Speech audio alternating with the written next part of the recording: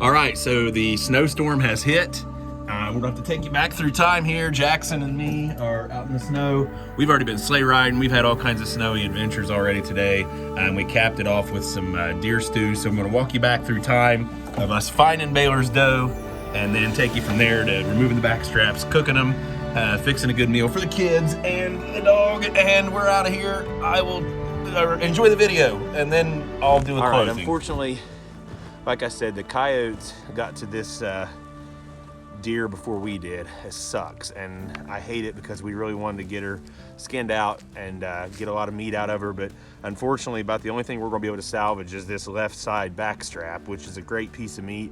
The right side is damaged, her back end is damaged pretty good, so but she's still got some warmth. It's definitely the deer that Baylor shot. It's just a shame that the coyotes got to her before we did. I hate it, and but this left side back strap is going to be in really good shape still. So what we do, if you ever need to do this in the field, you just come right here to her spine, and you're going to insert your knife right along the spine, and you're just going to pull like this, and you go each way, and you're going to find that hunk of meat, which is the back strap, right down along that spine, and you go all the way back to her hip. You're gonna take the knife this way and you get under it, and you can actually kind of start to peel. I'm doing this with gloves on, but you can actually start to kind of peel that back strap away from the rib cage. You can feel the top of the rib cage, and we'll get all this hair off in a minute. We got a beautiful snow here, so we can actually, oh, she's still warm, which is unbelievable considering how cold it has been. So again, we're going to get the majority of this strap out so we don't let this deer completely go to waste. And again, you just pull up like this, and again, that back strap will just kind of peel away. So we're going to I want to make sure I get the majority of it out. Her shoulder blade right here, you're going to come right behind that shoulder blade and make a slit. And again, you can take this layer of fat. So, and here we are, you can now see that you can lift under the bottom side of the strap, and we are almost finished here. Super easy to get this back strap out. I don't know how, I'm probably gonna miss a little bit of it because I'm not really taking my time like I should be, but there we go. And then here we go, and you got a beautiful, look at that, that just pulls right out of there. I'm not even cutting. So that's a pretty good hunk of deer meat. Again, I don't know that I got the full strap, obviously, but this is a nice piece of meat for a deer that we're not going to completely recover. So we're gonna get this loaded up here. We'll put it in the snow for a minute until we can kind of make sure I got everything out of her I want to get. Go for it. So today we're gonna do Yeah.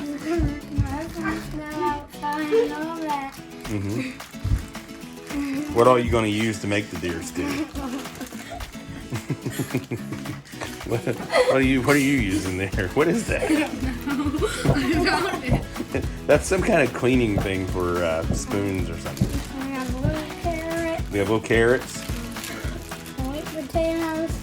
Potatoes. What are those? Little potatoes? I think they're called sweet potatoes. No, I don't think they're sweet potatoes. I think they're like unsweet potatoes. They're little baby potatoes. What else do you use?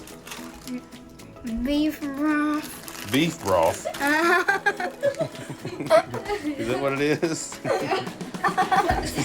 Is that what we're using to make it? This is a pretty good recipe. What else you gonna use? Salt and pepper? Okay. Whose deer are we fixing? Baylor's doe. Okay, so we'll get right to it. So yeah, let's do that. We're gonna go over here and clean them up so the people at home can see that this is chapter 3 of our what is this? What are you? This is some free entertainment? Yeah, it's awesome. What do you think, sis? You should see the little thing. Okay. All right, so yeah, chapter 3 of our January bow hunting is going to be a cooking video. So let's clean these back straps up and get at it. All right, so now we're going to get to cutting this deer, cutting the back strap. So what we've got here is this really thin membrane. I know it's kind of a weird thing to say, but what we're going to do is we're going to take that off. Christian's wanting to help me out here, so Christian's washed his hands up, and he's going to take the knife in his right hand with me. And we are going to look at, since we're going to make stew out of this deer, I'm going to cut this back strap right in the middle just to show you all what an awesome cut of meat that is. I mean, that is unbelievable right there. That is just an awesome, beautiful piece of God's creation that we can eat. So the reason I did that is we can take it, actually, and it's easier to deal with when they're shorter. So what we're going to do, we're going to take the knife and we're just going to start under that membrane on here on the back, where we'll get a nice little slit going. And then what we're going to do, we're going to keep our knife angled up at about a 45-degree angle as we kind of saw through that, staying as close as we can to without going through that membrane. I keep saying that word. It's such a weird word. Let's not say that anymore. Let's just say we're going to make this cut right through it. Christian's doing fantastic. And there we are. Look, and you can see that exposed meat is just awesome.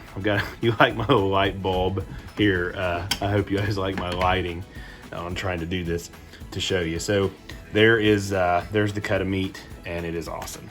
So we're going to take it and we're going to slice downward at an angle this way and pull the rest of that off. Again, just staying shallow. If you've watched my trout video, it's all about the knife angle. And I've got spectators and kids over here laughing at us because we are doing this. What are you laughing at? So, this is a comedy show now. So then we're going to cut this side off. And looky there, we've got a beautiful... Are you laughing? What are you guys laughing at? All right. So there is our cut of meat. I think I know exactly what you're laughing at. Yeah. All right. So, okay, we've had a lot of fun here with this. All right. So now we're going to turn the deer over. And what we'll do, we'll do this one and just show you guys how to do it. So this side's obviously not as beautiful of a piece, but once you kind of get that little tiny thin layer off of it, you can see it exposes beautiful meat there. You like how you're cutting this? Christian's doing a fantastic job here. He's an expert. He's the Bob Ross of the carving knife here. So we're getting it all done. There we go. Beautiful cut. And we're going to just I always take this little shallow part off here. And there we go.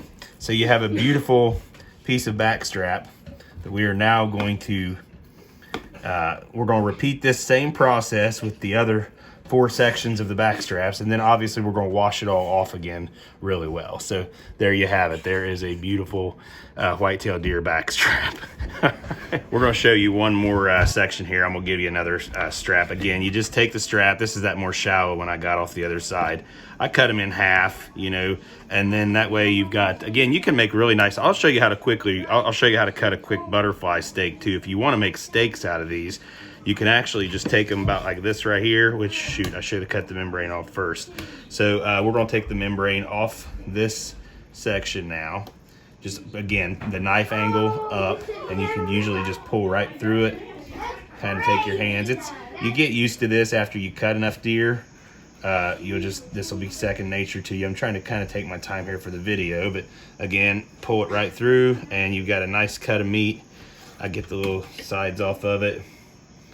And you got a really nice cut of meat here that makes a really nice little steak. So what I do, I'll butterfly them and just kind of go right down the middle like this right here. And you got a awesome steak to throw on there. Some Colonel Sanders or Kentucky Colonel flour. Batter them in that, put a little bit of oil in the pan, and you can have some really good breaded steaks that way.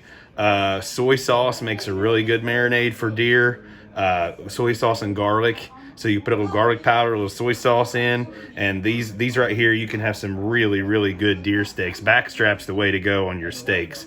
And again, I actually might, I'm so tempted now, I think I might freeze a couple of these little steaks because we're going to make stew, but I'm looking at these cuts and they are just so beautiful that I'm going to actually make steaks out of a couple of these. So yeah, that's what we're going to do. What do you know? I actually have some of this Kentucky Colonel flour. So we're going to do two things here. We're going to get the stew started, and then we're actually going to make some Kentucky Colonel deer steak bites. Show you how to do that also because the kids are hungry now. Do you guys want steak bites like now? Some really fresh ones? All right, we'll just eat them now then. Cool. So obviously we're going to make the deer stew. So we're going to cut this up in just, you know, obviously little stew-like chunks. Again, it's backstrap meat. People are probably cringing right now thinking, why am I not using hindquarter or whatever and making stew meat out of it? But we weren't even able to get the hindquarters out of this deer. So we're just going to make these cuts and make some nice pieces for the stew. I like to cut those probably in half right there. Leave some of them a little bigger. Nice prizes in the stew that everybody likes. So we're just cutting that all up, and we got some nice stew meat now. So not just stew meat, it's actual backstrap. Again, this is high quality deer stew here. So everybody's gonna really enjoy that. So we'll get into adding all the ingredients now. So we have now added the beef broth, got it in here. We are going to add the deer. Well, we'll save it for last. So let's go ahead and do the potatoes. Cool thing about this little mesh bag is you can wash the potatoes off real well. You can't really scrub them, but I don't have my little micro potato scrubber with me anyway. So we wash them off in the bag, and then we just dump the little baby potatoes, the little medley of all different color and all different varieties of these little potatoes. I don't really know what the deal is with that. I don't know. I'm not much of a potato connoisseur, so I don't know the difference in what's going on there. We're going to add our baby carrots. Again, these are just infant carrots. They're not fully mature. And gotta get the veal carrots there. And we're going to add the, oh, got my arm in the way here. We are going to add the beautiful deer stew, the centerpiece, which is the backstrap of the deer. So let's get that in there. Yep. Okay, it's simple crock pot recipe, nothing fancy. Salt and pepper obviously to taste, and we grind it up. Got our fancy Dollar Tree grinders here that I mentioned in my trout episode. These are rare elements of nature, salt and pepper. So we're going to get that going. And then we're going to cook this on low overnight, and we'll pick up on the deer stew tomorrow. We'll salt and pepper that some more probably as time goes on. So we're going to put the lid on it. We're going to get it plugged in, and we're going to put this in the crock for overnight cooking on low. And now we're going to make some steak bites. So basically the same thing like we did with the stew, but the kids are hungry now, so we're going to go ahead and cut this up, and we are going to make some steak bites. I just washed this, by the way, and I was going to do the butterfly steaks, but I showed you how to make that cut. And we're not going to do soy. We are going to do the Kentucky Colonel flour. So we're just going to sprinkle that all over it and kind of mix it all up, you know. And I've already got an oiled iron skillet here that I'll share with you in a second. Always carry an iron skillet. I carry one in my vehicle. So got this, got the nice floured up deer steak, and we are going to drop this in a very freshly oiled iron skillet, and we're going to make some really good steak bites. All right, we've got the steak bites ready to go. We got the iron skillet hot, and all we do is just sizzle these suckers in there. Oh, the sizzle. The sizzle. These are going to be awesome snacks. Get all the flour in there. Love it. We'll let those cook here until they're done. Get them probably a good medium doneness. Is that the right word? And go from there. So join me again in a minute when I'm eating these suckers. All right, we got it going. We got the high heat. We did the high heat on it first. And dial it down once you kind of sear the size of it, and that'll lock in that flavor and usually yeah, fun stuff. Almost looks like an Asian. Dad. You getting it? Dad. Yeah, buddy. I see a deer outside right now. There's a deer? Over to the left hand. Oh, yeah, I see it. It's eating. Oh, there is a deer out there eating. Just Can't see it on the camera, but cool. We're gonna be eating deer.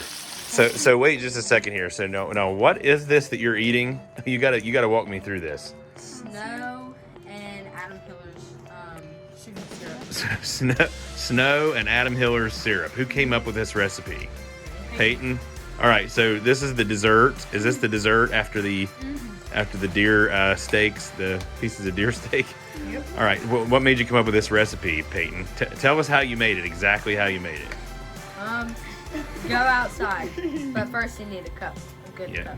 Yeah, good Then cup. you scoop some snow, go inside, find you some Adam Hiller syrup, put some in, mix it all together, and then bon appetit. And what? This segment has been brought to you by Adam Hiller syrup. We are in literally a winter wonderland.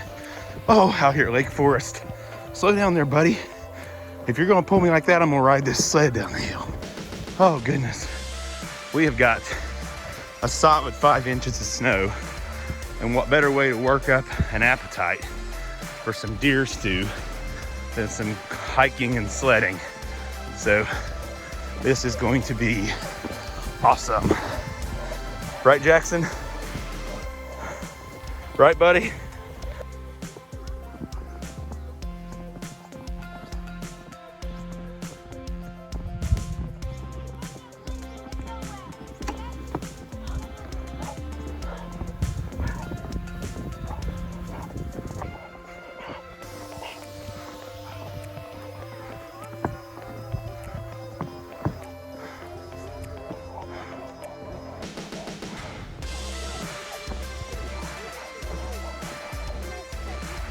Guys, it's looking like we're probably stranded out here for the night. We're a few miles back in the woods, and I don't know that any of us have the energy to go on. We're probably going to have to start scavenging for food and everything. We probably need to build a shelter. Does anybody have any ideas?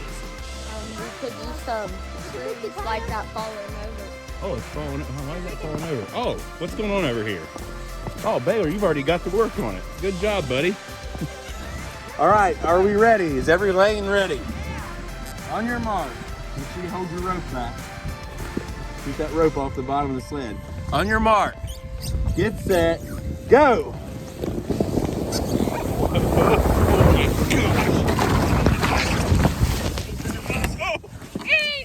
Oh God! Are you okay? Yeah. I couldn't see anything. Oh, yeah. That was awesome.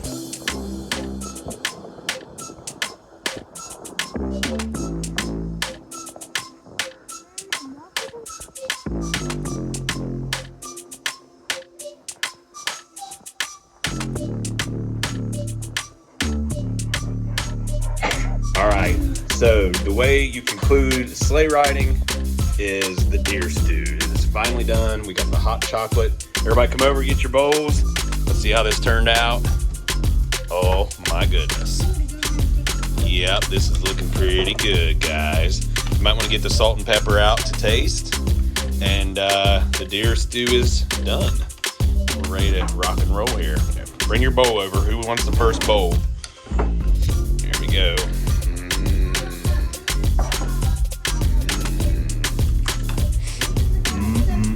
You like it?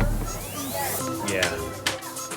So I hope you enjoyed that video. It was a lot of fun to make. I always like spending time with my kids and teaching them about, hunting, fishing, cooking what we catch and harvest. So we get to enjoy the outdoors, and it's a lot of fun making these. I have no idea why I'm uploading this stuff to YouTube. I think like 3 people actually watch it. It's just my family members. So I'm not really making it for any other reason than to journal the loves of my life. So just hope you guys enjoy following along with what we do, having fun, goofing off, and making some good food and good memories. So I'm going to quote the great Marty Stauffer, and I'll tell you all to, let's see, how's this go?